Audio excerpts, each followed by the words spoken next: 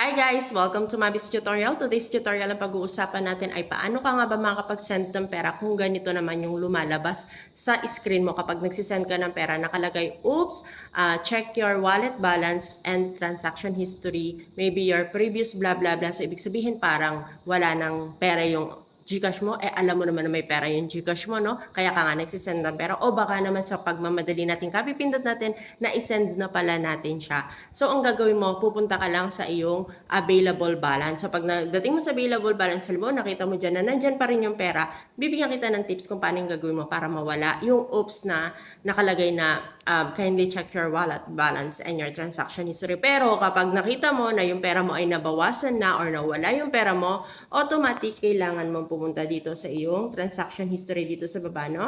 Yung transaction history, yan, nasa right side siya, pangalawa sa profile. Pindutin mo lang yan dahil dito mo makikita yung mga lumabas at pumasok mo na pera, yung mga transaction mo. Lahat ng transaction mo, dito siya papasok. Kung may pumasok na pera sa'yo, makikita mo naka-additional siya or plus sign, tapos yung pera kung magkano. And kung naman nag-send ka ng pera, makikita mo naman dito yung negative sign, then kung magkano yung amount na send. So, pagka gano'n na nabawasan yung pera mo doon at automatic makikita mo dito. Maybe, na-send mo na nga siya nang hindi mo namamalayan dahil naghang yung cellphone mo or kamamadali mo, which is nangyayari sa akin talaga yon.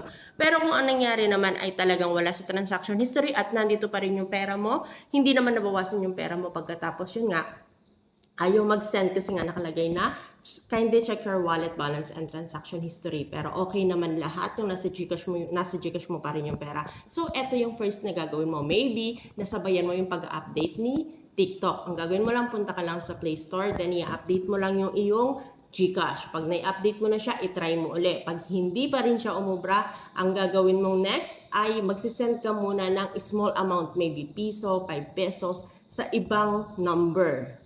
Magsisend ka muna ng piso or 5 pesos sa ibang number, and then pag pumasok siya doon, automatic okay na yon. So parang naghang lang siya, gano'n, no? And third, ang gagawin mo ay i-off mo yung CP mo for 5 minutes. Off mo lang siya yung CP mo for 5 minutes, then i-on mo na siya, then again ulitin mo siya, okay na siya. At kapag hindi pa rin siya naging okay, hintayin mo na lang kasi baka naghang lang or baka nag-update lang o may ginagawa lang si Gcash or nag-hour, 2 hours, magiging okay na rin yan. As long as yung pera sa Gcash mo hindi nawawala, huwag kang mamamroblema or matatakot, no? Pag naman nawala sa Gcash mo yung pera, just check always the transaction history, baka na-send mo na siya. So, sana may naitulong ako. That's all for today's. Thank you and God bless.